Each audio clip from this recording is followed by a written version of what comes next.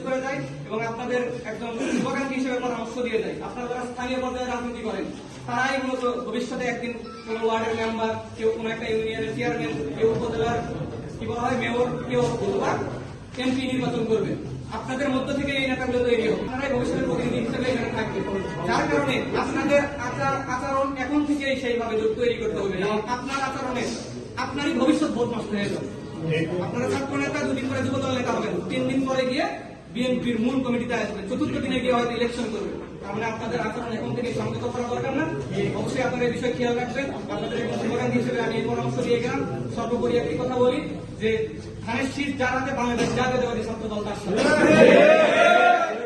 আমরা ছাত্র দল তার সাথেই থাকি।